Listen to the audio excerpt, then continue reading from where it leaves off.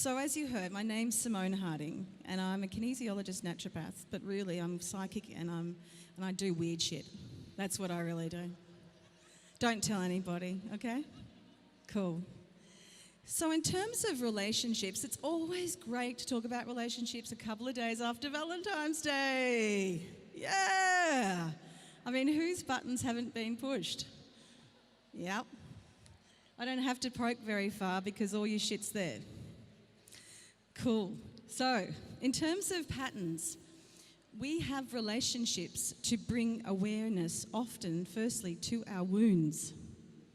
Doesn't that suck? We often have wounds that are hidden in our subconscious that relate to patterning under the age of 12. Now, a lot of people don't have memories under the age of 12.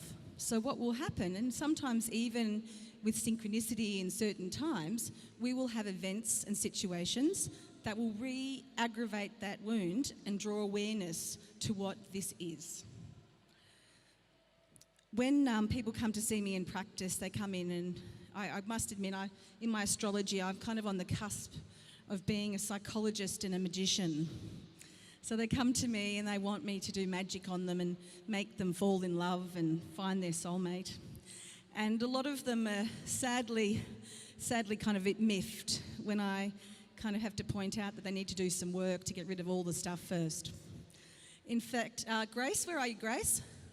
Grace is at the back there. Thank you, Grace. Grace was talking to me before and she was referring to me as broccoli. She says, it tastes shit, but it's really good for you. Yeah. And I'm a pretty hard taskmaster in therapy. Very hard taskmaster in therapy.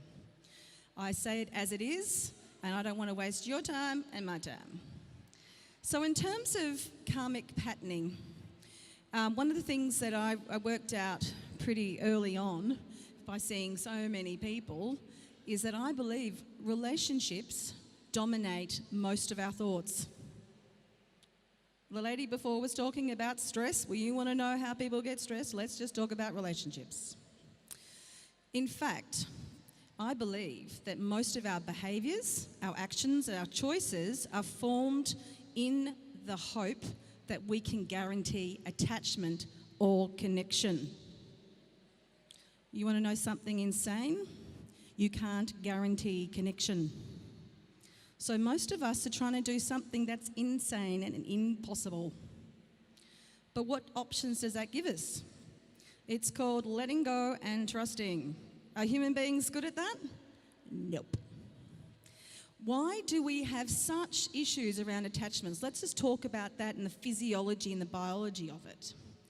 The problem that we have is that when we were born, we were connected to our mother. So our physiology, our neurology, is hardwired to believe for us to be okay, for us to be alive, we are connected to someone else. So we all, believe it or not, will experience some form of separation anxiety when we realise that our mother is not us or an extension of us. So people will form different connections and attachments based on different things. What I will want to say though is, how did I get into relationships? Let's go back to that because I'm a naturopath, hey? How did I get into relationships? One thing that I realised is that physical illness was expressing a message. And so I got really good at working out what messages they were. The fascinating thing that I learned was that issues to do with the right side were to do with men, work, and the outer world. And issues to do with the left side were about women, mother, nurturing. We could probably add a bit more there, creativity and other stuff. So we were I was on the fringe of learning all of this through the experiences and working out that these patterns were developing where the illness was in the body. And there was little things like, for example, hips are about support. So often if a person hadn't felt supported by their mother, they might experience pain in the left hip. So with this work that I did, I found myself fascinated about mapping all of these different patterns. Putting that aside though, because we don't have enough time to go all into all that fun stuff today, we're going to keep it pretty brief and pretty simple. I will say two things. I can't tell you how annoying it is when people come to see me and they say, I need help in relationships because I just don't think I'm deserving or worthy. How many people refer to that as a way of dealing with the fact they don't know why they're not in relationships? Thousands of people. So if they don't know why they're not in relationships, it must be because they're not deserving or worthy. And I can't help myself, and I say, well, obviously you do think you're deserving because you're paying me good money, yeah, and you're here. So you don't actually have an issue with deserving. You're just confused about why you're not in the relationship that you believe you deserve. So that's the first thing. The second thing is, how hot was the whole narcissist empathy thing? Who hasn't heard about that stuff? Yeah? Okay, I'm going to fill you in. So for a couple of years there, everyone was coming in there going, oh, Simone, I need some help. I'm going out with a narcissist. And I go, oh, okay, tell me about that. Well, I read all about it online. I'm convinced they're a narcissist. And I said, oh, okay, cool. All right, great. You're not the first person all week to tell me that, but let's go and explore this dynamic. So let's talk a little bit about narcissist. One of the reasons why people come into my clinic so attached to the narcissist definition for their partner, because it helps them to feel a little bit more justified in the experiences that they've had. And that's valid and that's fair enough, yeah? But they're also giving a lot of power to the narcissist. They're giving them far too much power, because who is a narcissist by definition? It's someone that needs you. And they do anything it takes to create dependence on them. So who's got the big need here? They do. So in terms of these relationships, we know that narcissists work really well with empaths, because empaths need to be needed. And why do they need to be needed? Because most of them probably have a lot of issues unresolved that relate to abandonment and neglect. Now, don't get me wrong, I love empaths. Most of the people in my practice are sensitive, deep-feeling people, and I love them. They're amazing. But one of the problems that they have is they make choices and decisions based on everybody else. Let's give an example. We're in this room today, right? And there's a lot of energy going on. Who hasn't felt the energy? A lot of energy, a lot of swirling energy going on. An empath will walk into the room and they'll work out that the person over there is having a bit of a crisis. The other person over there is feeling happy and joyful. And there's another person over there feeling animated and excited. Where does the empath go? To the sad person, to the person having the problem. Why? Because they have a need to be needed. Where should we really go when we come into a room? We should connect into our body and we go, okay, what feels right for me? Do I want to have a bit of joy? Do I want to have a bit of boogie? Maybe if we connect to ourselves, sure, we want to go and help Mary in the corner having a tantrum. That's fine. But empaths don't even think before they find themselves over there helping and saving the universe and the whole world. So in terms of this dynamic, narcissists and empaths have a lovely connection. They get on well, not. In terms of how do you change that pattern, you have to go and look at, for the empath, where is the neglect, where is the abandonment? And I'm going to make a really big claim here, and you can quote me on it. I believe 100% of people who have experienced intense abuse have had some degree of trauma around neglect and abandonment. That's huge. So if you want to shift some patterns, go and have a look at what's underneath around those types of issues of neglect and abandonment. And I tell you what, they're hard to find. They're hard to find. So what happens is that if we have these beliefs, let's talk about that quickly. So what can happen is people will form beliefs to make sense of what happened to them. And they often make it up because they're children, right? They don't have the answers. They can't go to their mum and say, Mummy, why are you so mean to me?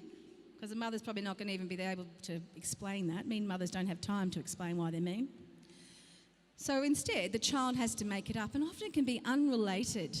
It can be just random. Like one day, you're brushing your hair, and your mother walks in and she abuses you, and so the child will go, "Oh, it's something about my hair."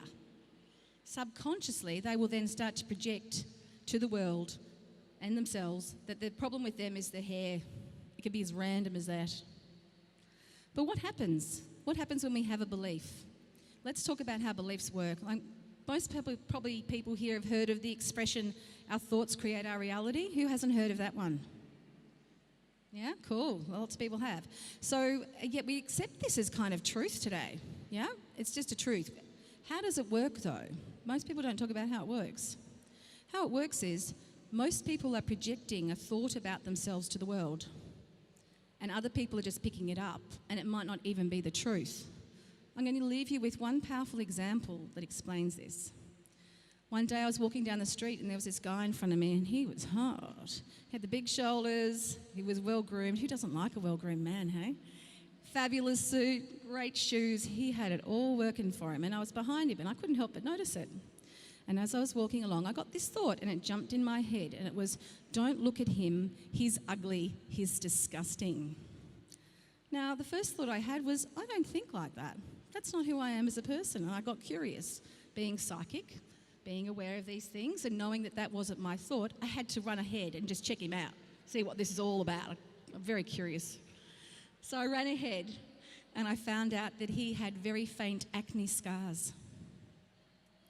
So I'm sure at some stage in his development, especially important parts of his development, like being a teenager, these feelings and thoughts about himself has stuck. And what happens is he's going around projecting these feelings out, and a lot of people are coming into his contact and they don't even have a thought about whether or not that's their thought, and they believe that to be a truth. And so they actually respond to him like he's ugly and disgusting. And before you realise it, that then becomes his reality. Even though I'm telling you, it's not the truth. He is actually quite attractive. So what will happen in relationships if you're not aware of your beliefs that you've created in order to feel more in control about not understanding why you're not loved? You're going to be attracting all kinds of stuff because most people aren't aware enough to work out what's their thoughts and yours. I'm going to leave you on that thought. It's been very exciting having the opportunity to come and talk today. If you want to contact me, the best way to contact me, because I haven't got any paper cards or anything like that, is to go to my website with my name, simoneharding.com. And I'm trying to see where Bryony is to see if she wants to wrap it up. She's not here. She's left me. Here she is. No, she's not. Yes, she is. Over there. While we're waiting for her, does anyone have a question? Let's just have some fun here. Let's just throw in a question. Because I know we're all tired and we all want to go home. But anyone want a question? Oh, no, here she comes. We'll leave it there. Oh, no, go for the question. Go for it. Go. Go for it.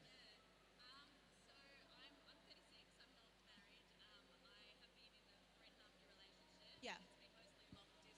Yeah. Yes. Great, let's talk about the psychology of that.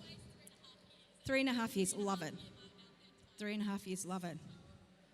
What's that about? Okay, so I'm going to use that as an example. So this lovely lady here, 36, single, has patterns of relationships. Oh, you're in the 3.5 still, sorry. A third 3.5. So she's got all these patterns repeating. Okay, beautiful. So what you want to look at, if it's with a man, so we go look at Dad instantly. Yeah. So did leave? Did he withdraw your love? Was he verbally abusive? Was he connected to you at some stage and then withdrew the love? Because that's the pattern you're looking at. And it could be around when you're 3, that's right. Yeah, that's right. Yeah, that's what's happened. So what happened is under the age of 3, he felt connected to you, you feel connected to him, and it's very common that a father will withdraw the love because of the appropriateness and inappropriateness around that kind of love.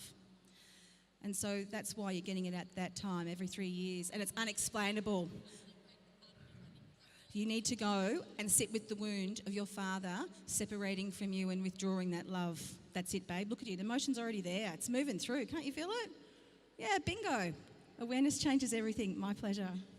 Thank you all so much for coming along today. Bryony, again, I want to thank you so much for everything you've done. Thank you.